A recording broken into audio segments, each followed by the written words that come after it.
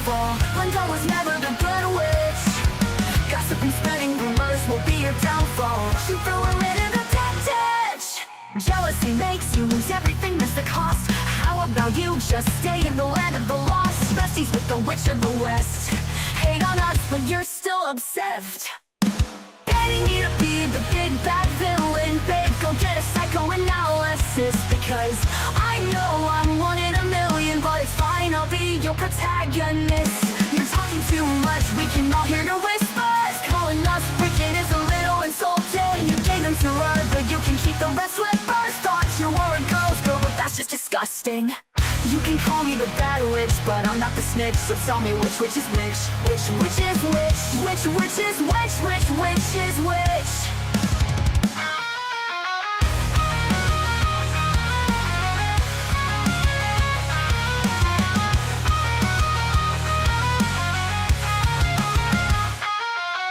Mirror on the wall, who's the saddest one of all? Glenda was never the good witch.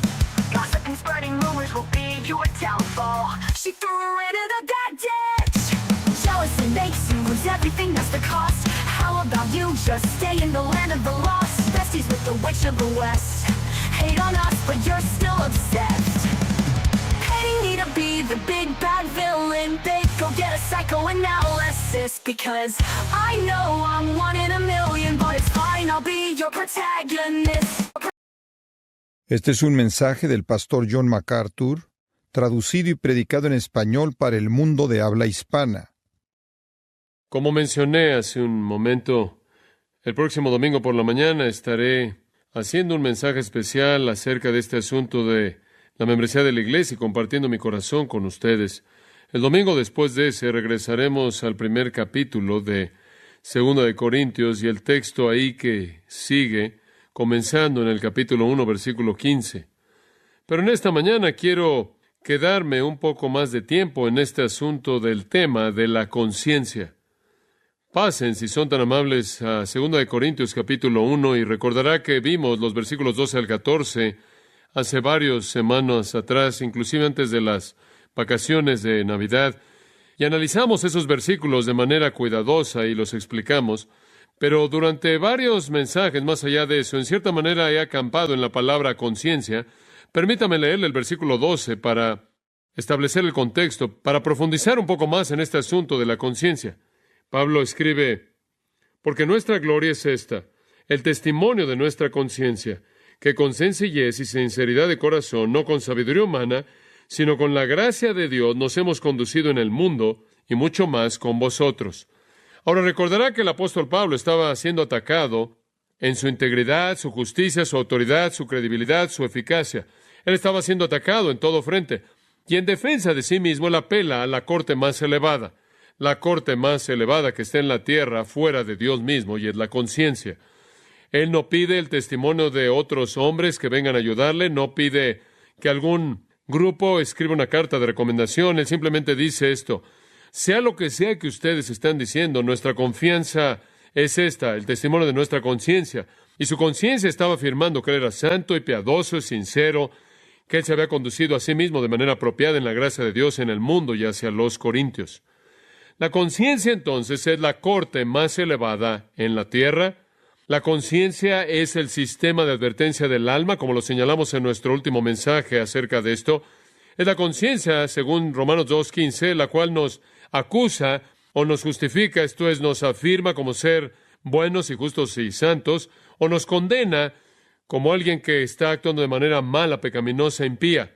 Y francamente, la conciencia es el mejor crítico porque conoce los secretos más profundos de nuestro corazón y nadie más los conoce fuera de Dios. Si vamos a tener una vida en paz y vamos a tener una vida tranquila, como Pablo la llamó una vida tranquila y en paz, y vamos a disfrutar de la felicidad y la satisfacción, vamos a tener el tipo de gozo que hace que nuestro corazón se regocije y nos da la libertad de servir a Dios con gusto y felicidad y sin restricción, entonces tenemos que tener una conciencia limpia. Realmente esa debe ser la meta y el deseo de todo creyente, el poder decir lo que Pablo dijo: pueden acusarme lo que quieran, Pero el testimonio de mi conciencia es este, que estoy viviendo en santidad y en sinceridad piadosa. Debemos experimentar ese tipo de afirmación por parte de nuestra conciencia. Y eso es desafiante, porque el pecado afecta toda nuestra vida, todo nuestro ser, lo más profundo de nuestro ser. La pecaminosidad se encuentra en la médula del alma humana.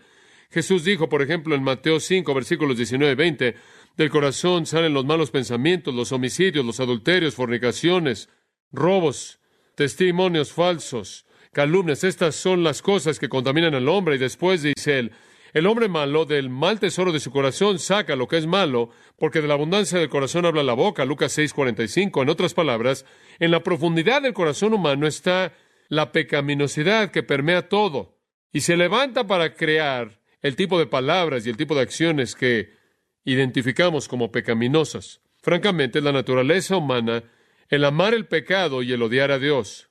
La mente carnal, Romanos 8:7, dice, es enemistad contra Dios.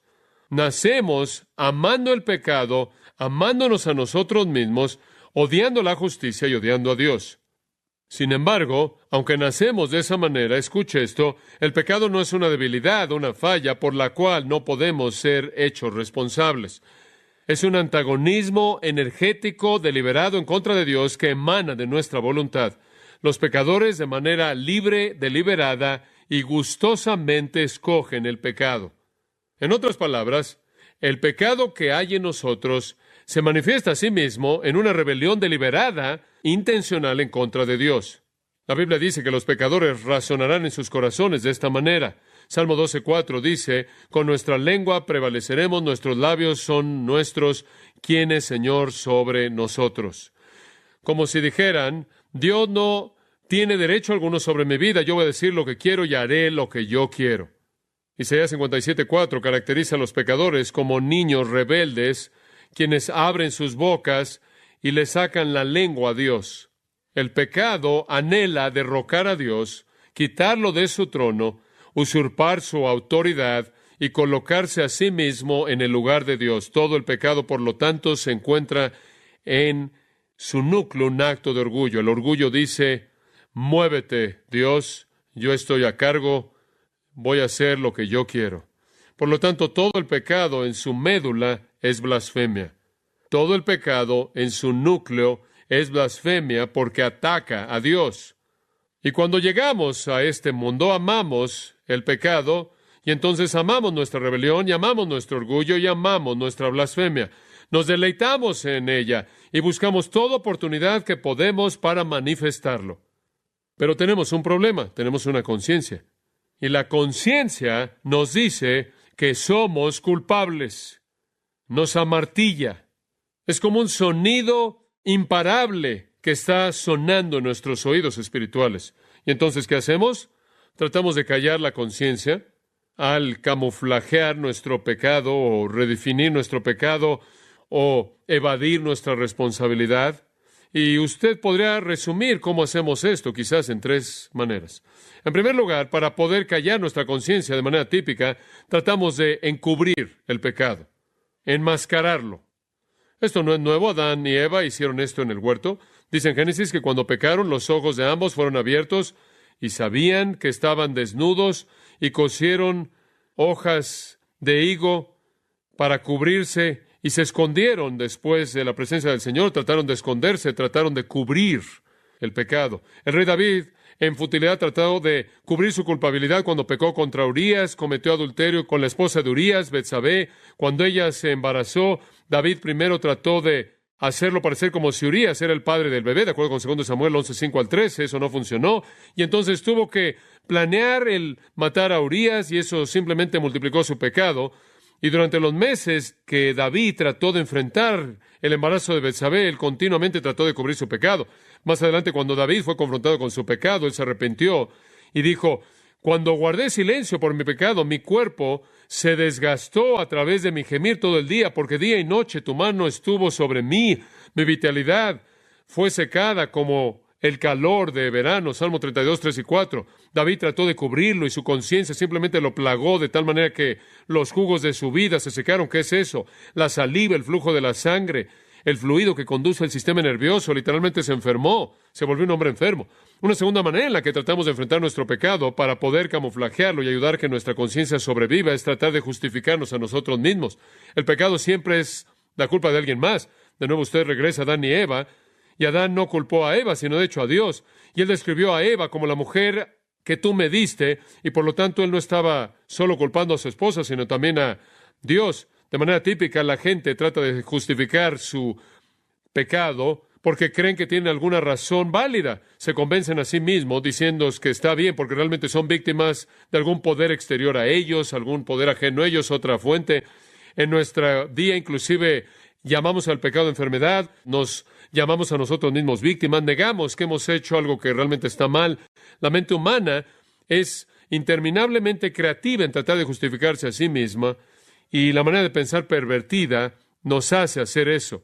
En tercer lugar, y de manera breve, ignoramos nuestro pecado. Tratamos de camuflajear nuestro pecado al cubrirlo, intentamos justificarnos como víctimas, o somos ignorantes. En otras palabras, podemos pecar en ignorancia absoluta. Somos tan ignorantes en términos de la ley de Dios que simplemente pecamos de manera ignorante, y eso es algo característico de nosotros como pecadores. Como el salmista, tenemos que orar: ¿quién entenderá sus propios errores? Líbrame de pecados ocultos. Y eso es lo que David dijo en el Salmo 19.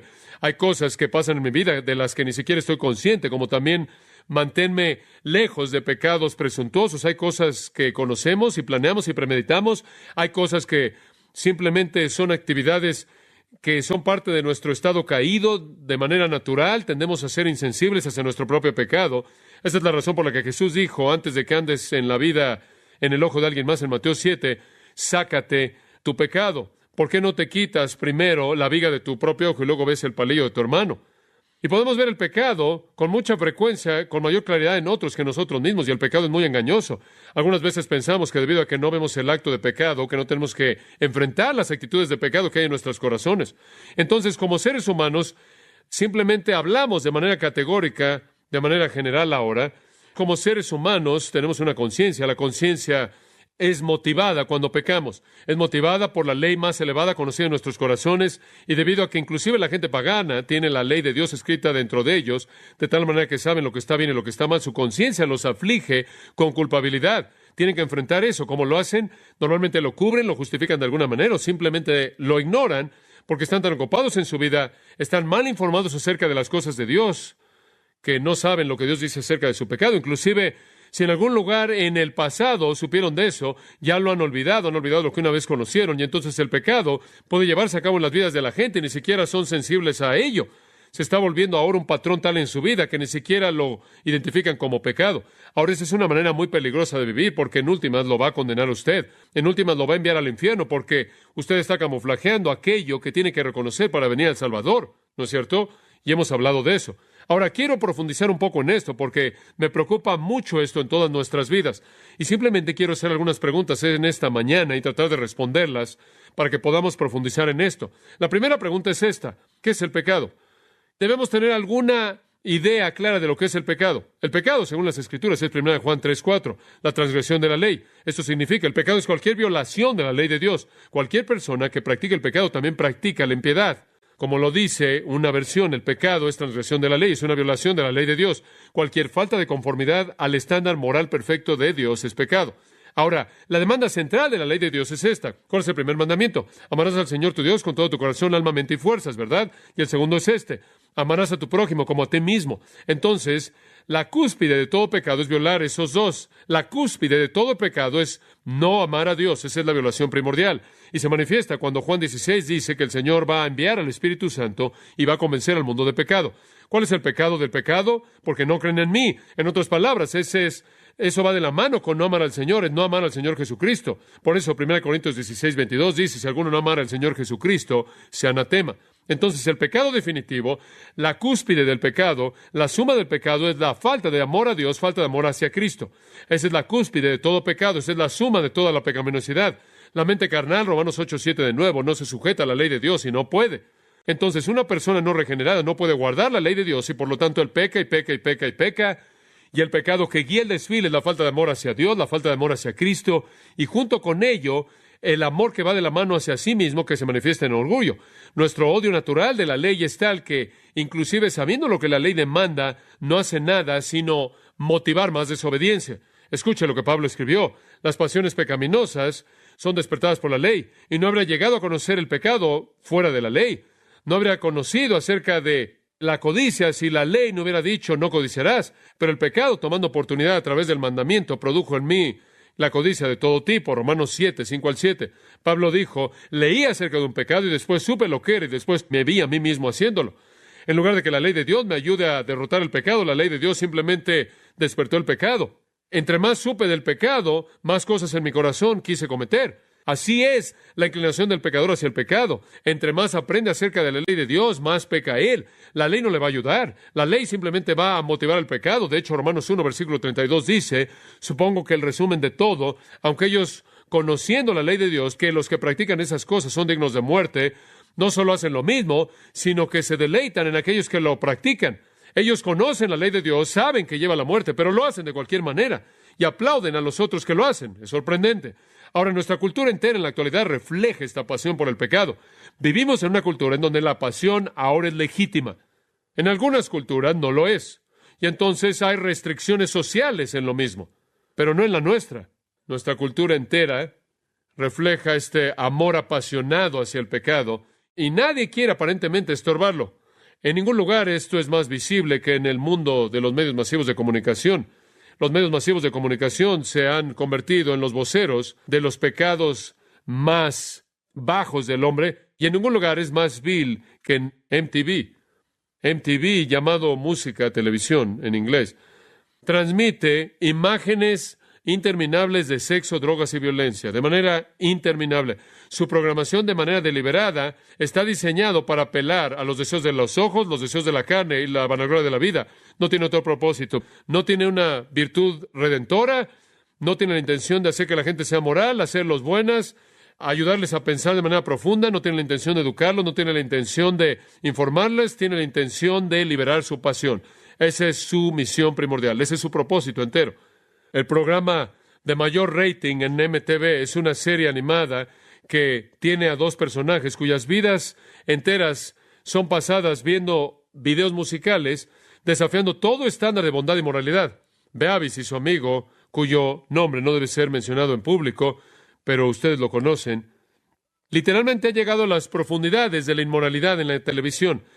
El lenguaje, las imágenes que se incluyen en estos programas son deliberadamente ofensivas, deliberadamente viles, son anticristianas, antimoral, y ni siquiera sería apropiado que yo las discutiera en un servicio de adoración. A pesar de esta realidad sorprendente de MTV, la cual es la escoria, el caño de la industria de los medios masivos de comunicación, MTV recientemente realizó un programa especial acerca de la teología del pecado. No lo vi en MTV, que quede claro, porque no tengo eso en mi televisión.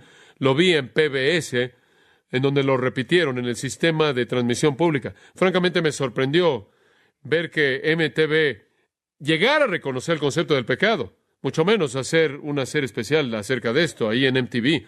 Entonces me pareció curioso el ver de qué iba a ser. Vi un video del programa y fui realmente lo que esperaba, una racionalización humanista en su totalidad que presentaba el pecado como algo que no era malo, simplemente lo redefinió. Hubieron cierto tipo de conductas que dijeron que no se podían evitar. Algunas cosas eran imprudentes, no se aconsejaba que se hicieran, y a veces era no amable hacer ciertas cosas, pero no había nada inherentemente impío en nada, y no había nada que ofender a Dios, porque realmente no había Dios. Ahora, la serie estaba diseñada en torno a los 7 pecados mortales, y si alguno de ustedes tiene un trasfondo del catolicismo, probablemente han oído de los 7 pecados veniales o mortales. No se enlistan así en la Biblia, pero en la época medieval, algunos teólogos medievales elaboraron una lista de lo que pensaban que eran los pecados, los 7 pecados veniales. Es una lista algo familiar. Aquí están el orgullo, la avaricia, la lujuria, el enojo, la envidia, la glotonería y la pereza. No una lista bíblica, pero un grupo clásico, probablemente elaborado por algunos teólogos medievales. El propósito no era identificar todo el pecado, sino identificar las actitudes de raíz de todo el pecado. Notará que esos son 7 pecados, llamados los 7 pecados mortales, no acciones, son actitudes. Orgullo, avaricia, lujuria, enojo, envidia, glotonería y pereza. Esos dan lugar a ciertas palabras, ciertas acciones. Pero esos, pensaron los teólogos, en cierta manera eran las cosas que yacían detrás de toda la conducta humana pecaminosa. Ahora, en MTV, los 7 pecados veniales fueron retratados como todo menos mortal. De hecho, lo que hicieron fue encontrar ahí partes de personajes de caricaturas, extractos de películas bien conocidas y entrevistas con celebridades y algunos rockers y algunas personas que están involucradas en rap, entrevistas con personas en el centro comercial, y todo fue editado para proveer un comentario de estos pecados. Y estas son las respuestas típicas. Queen Latifah, una cantante de rap, dijo: el orgullo es un pecado, no estaba consciente de eso. La actriz Christy Alley estuvo de acuerdo y dijo, y cito, no creo que el orgullo es un pecado, creo que es algo que un idiota inventó. Fin de la cita.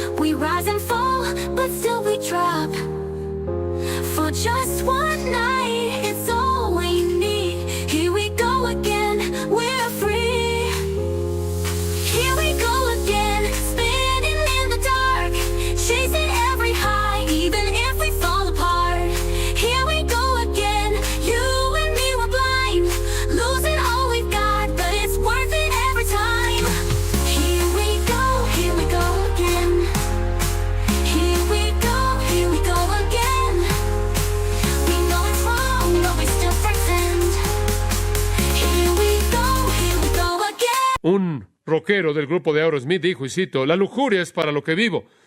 Para eso me metí en la banda. Para las niñas que están ahí en la primera fila.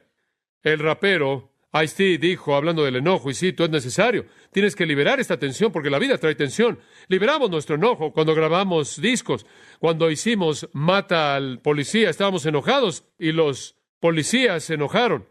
Un personaje, Michael Douglas, en una película llamada Wall Street, dijo, la avaricia es buena.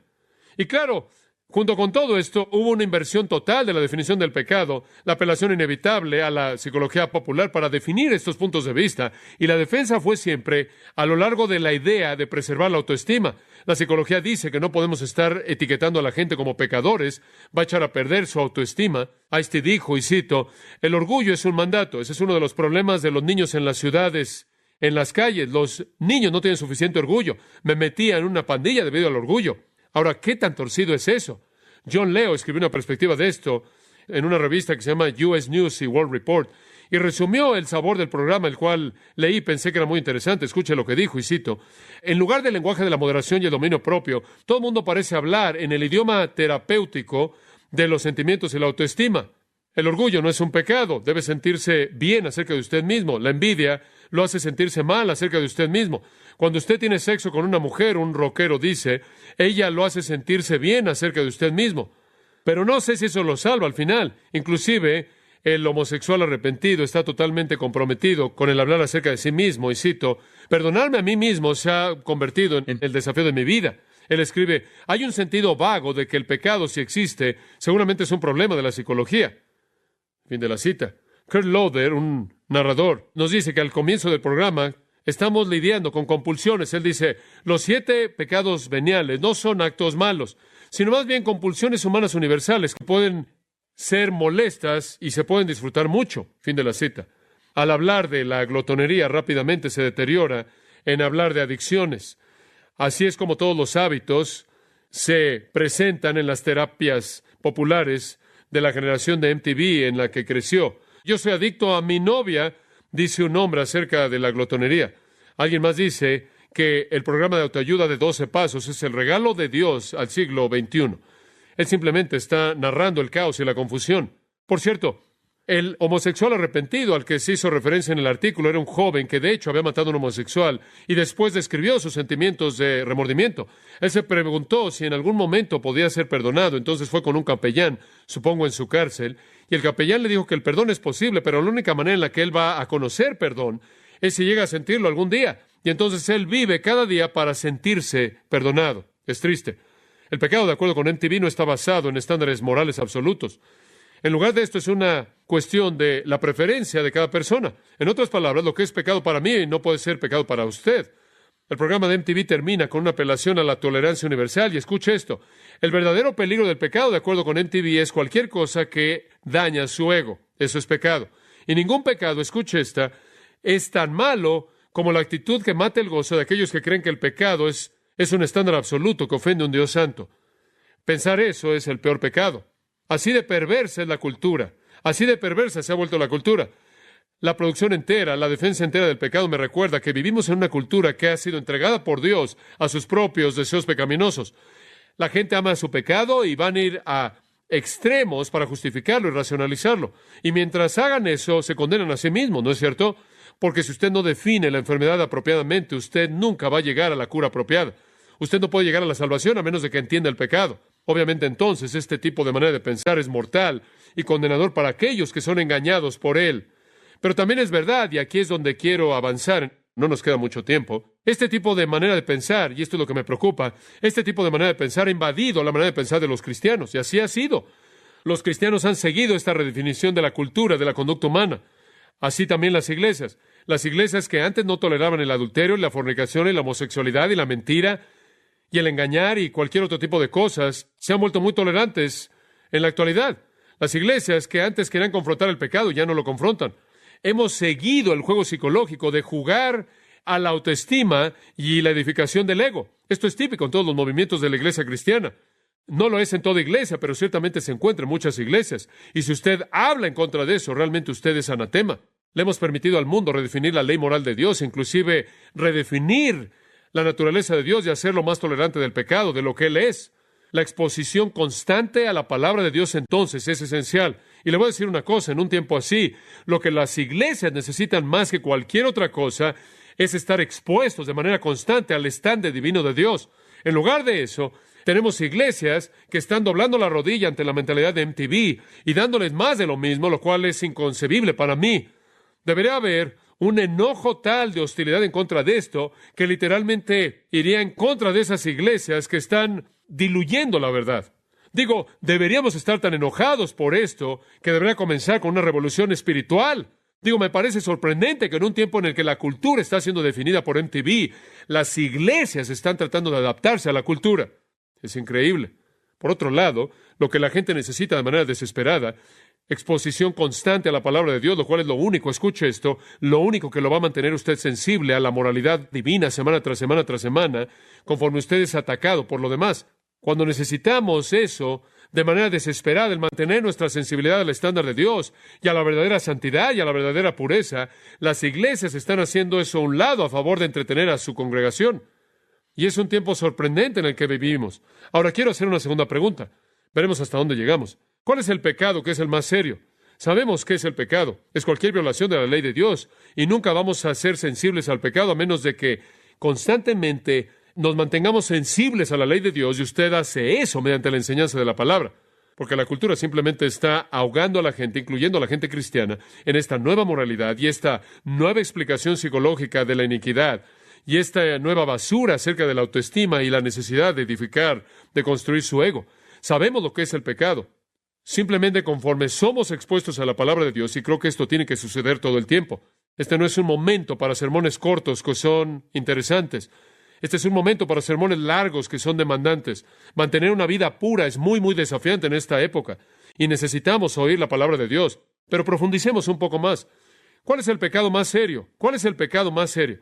Y le voy a decir cuál es la respuesta. Los teólogos medievales lo dijeron de manera correcta. Son los pecados de la mente. Son los pecados de la mente. Jesús lo dijo. Es a partir del corazón que la boca habla. Es lo que hay en el corazón del hombre que sale, que es tan contaminante. Y el verdadero desafío en nuestras vidas, amados, es mantener una mente pura, y esto es muy desafiante. Y yo creo que la única manera en la que va a suceder es ser traído continuamente, por así decirlo, a los pies de la palabra de Dios y ser proclamada de manera convincente. De hecho, los 7 pecados veniales de la teología medieval no eran conductas en absoluto, eran pecados de la mente, todos ellos. Y ningún pecado es más destructivo para la conciencia que el pecado que se lleva a cabo en la arena de la mente. Los pecados en la mente atacan la conciencia como ningún otro pecado, porque escúcheme, la conciencia es el único freno. Un amigo cristiano puede ser un freno a un pecado de la lengua, ¿no es cierto? Usted va a tener cuidado con lo que dice si está junto a otro cristiano, ¿no es cierto? Un amigo cristiano, un marido, una esposa, un niño, va a ser un freno para pecados de acción. Pero el único freno que usted tiene en su vida entera para los pecados de la mente es su ¿qué? Su conciencia. Y usted necesita alimentarse de la palabra de Dios constantemente, meterla a su mente, para que su conciencia realmente opere a máxima potencia.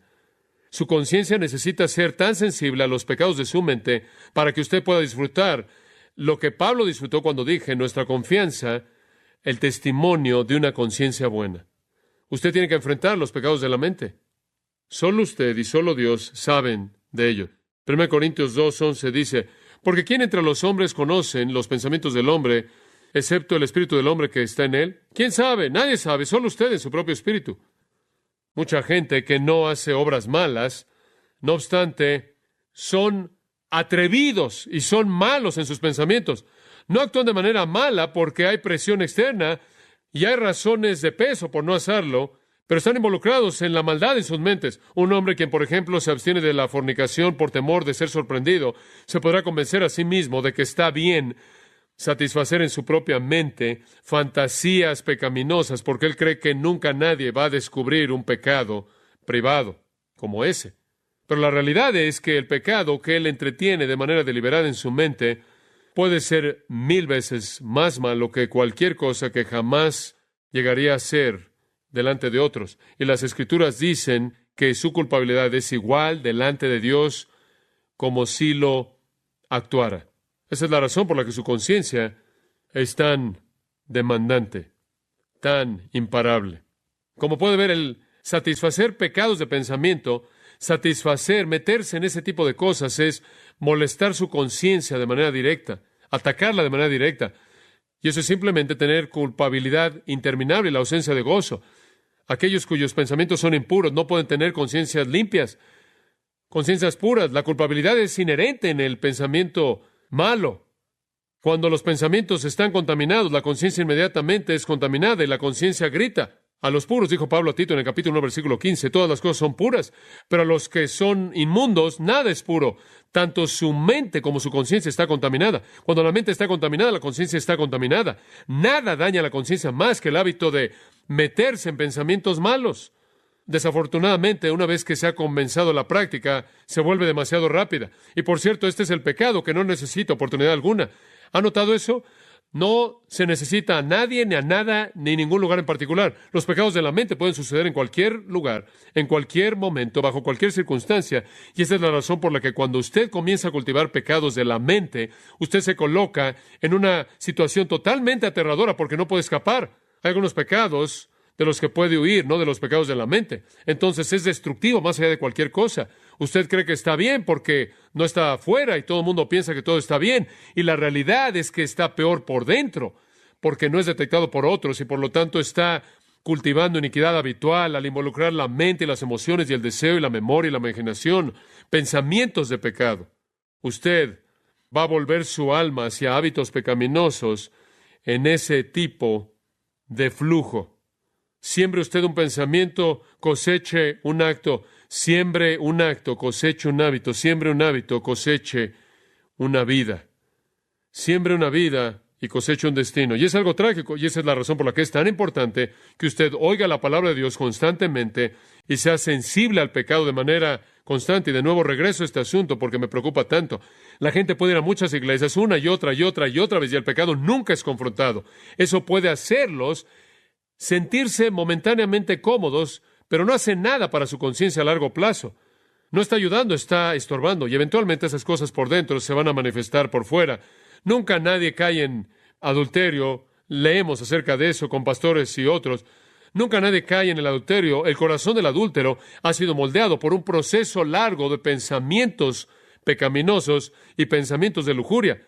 Es moldeado de esa manera. El corazón del ladrón está inclinado mucho antes de que su acto de robo se lleve a cabo. Ya ha sido moldeado por la avaricia. Todo el pecado es incubado en primer lugar en la mente. Y Santiago lo dice en Santiago 1:13. Nadie diga cuando es tentado, soy tentado por Dios, porque Dios no puede ser tentado por el mal, ni Él tienta a nadie, sino que cada uno es tentado cuando de su propia concupiscencia es atraído y seducido. Entonces la concupiscencia, habiendo concebido, da luz el pecado, y el pecado, siendo consumado, da luz la muerte. No os engañéis, hermanos, todo comienza adentro. Y una y otra vez usted se acuerda de que Cristo reprendió a los fariseos porque observaban la ley ceremonial externa y ellos descuidaban la parte moral. Estaban preocupados de manera total con parecer justos y eran como una tumba, blancos por fuera y por dentro apestaban con huesos de cadáveres. Él les dice, ay de vosotros, escribas y fariseos hipócritas, porque limpiáis lo de afuera del plato y del vaso, pero por dentro están llenos de robo y de malicia. Fariseo ciego, limpia primero la parte de adentro del plato y del vaso para que lo de afuera pueda también ser limpio. Ay de vosotros, escribas y fariseos hipócritas, porque sois como sepulcros blanqueados, que por fuera se ven hermosos, pero por dentro están llenos de huesos de muertos y de toda impiedad, porque también ustedes por fuera parecen justos a los hombres, pero por dentro están llenos de hipocresía y de impiedad. ¿Y sabía usted que los fariseos habían llegado al punto en el que de hecho creían que los pensamientos malos realmente no eran pecaminosos, solo las obras malas? Y esa es la razón por la que Jesús les dijo, habéis oído que se dijo a los antiguos, no mataréis, y cualquiera que matare será culpable de juicio. Pero yo os digo que cualquiera que se enoje contra su hermano será culpable de juicio. Habéis oído que se os dijo, no cometeréis adulterio, pero yo os digo que cualquiera que mire a una mujer para codiciarla ya adulteró con ella en su corazón. No solo el homicidio es pecado, sino también el enojo. No solo el adulterio es pecado, sino también la lujuria. Trate de decirle eso a nuestra cultura. ¿Qué debe estar pasando en nuestras mentes? ¿Qué debe estar pasando en las profundidades de nuestras mentes y corazones? ¿Qué debe estar pasando ahí? Le voy a decir qué. Adoración y amor a Dios. Adoración y amor a Dios. Cuando fuimos salvos para ser buenos adoradores, verdaderos adoradores. El Señor nos salvó para que fuéramos hechos verdaderos adoradores. Escuche esto. El pecar en la mente entonces es profanar el santuario mismo en donde nuestra mejor y más elevada adoración debe estarse llevando a cabo. Entonces, cultivar pecados de la mente no solo contamina la mente, sino que quita el lugar de la adoración para lo cual fuimos salvos. Y ahí de nuevo puede ser definido como una forma de blasfemia. Algunas veces es relativamente fácil el confesar y dejar actos de pecado, palabras de pecado, pero los pecados de lo que pensamos siguen y no se confiesan más que cualquier otro tipo. Son los pecados que oscurecen el alma, son los pecados que dañan la virtud, operan de manera directa en contra de la conciencia Y ahí está la conciencia peleando con todo lo que tiene en contra de este ataque. Esa es la razón por la que el Antiguo Testamento dice en Proverbios 4:23, sobre toda cosa guardada, guarda tu corazón, porque de él mana la vida. Pero ¿sabe una cosa? Más allá de la conciencia, tengo que decir que Dios conoce nuestros corazones. Hechos 15:8 dice, Dios conoce nuestros corazones. 1 Juan 3:20 dice, Dios es mayor que nuestro corazón y conoce todas las cosas. David escribió, tú entiendes mi pensamiento desde lejos y estás íntimamente familiarizado con todos mis caminos. Entonces Dios sabe si tenemos un corazón lleno de lujuria, de enojo, de avaricia, que es hostil, orgulloso, que está cultivando todos esos pecados de pensamiento, o si nuestro corazón está entregado a la adoración a Él. Salmo 44:21 dice, ¿acaso Dios no sabrá esto porque Él conoce los secretos del corazón? Jesús le dijo a los fariseos en Lucas 16:15, vosotros sois los que os justificáis ante los hombres, pero Dios conoce vuestros corazones, porque aquello que es de alta estima entre los hombres es aborrecible a los ojos de Dios. ¿Y sabe una cosa? Lo que pasa en su corazón es la prueba de su virtud. Proverbios 23:7, porque cuál es su pensamiento en su corazón, tal es él. Proverbios 6:12, un hombre impío, un hombre malo, es el que con perversidad en su corazón planea el mal continuamente. ¿Quieres saber lo que realmente es? Vea su corazón, vea hacia adentro. Porque como el agua, el rostro refleja al rostro, así el corazón del hombre refleja al hombre. Proverbios 27:19. La conducta externa no es una medida precisa de su virtud. Los pensamientos de su corazón revelan la verdad. Los pensamientos de su corazón solo son conocidos por Dios y su conciencia. Y amados, es tan crucial que cultivemos una vida pura para que podamos disfrutar del testimonio de una conciencia limpia. Y sabe una cosa, entre más tiempo pasa aprendiendo la palabra y entre más es expuesto usted a la palabra, más está lleno su corazón con su verdad, mayor será su amor y su adoración hacia Dios, y la limpieza de eso va a llevar a una conciencia limpia. Honestamente, no sé cómo los hombres pueden de manera posible alimentar su vida de pensamientos, de cosas sucias y obscenidades y cosas impías y cosas que desagradan a Dios, y ponerse de pie y ministrar sin que sean literalmente atacados por su conciencia. Los consoladores de Job, ¿se acuerda de ellos? Llegaron a él y lo acusaron falsamente, y no había nada en su vida de lo que podían acusarlo, ¿verdad? Usted se acuerda de Job, él era más justo que cualquier otro hombre. ¿De qué lo iban a acusar? Le voy a decir de qué lo acusaron, de una vida de pensamiento sucia.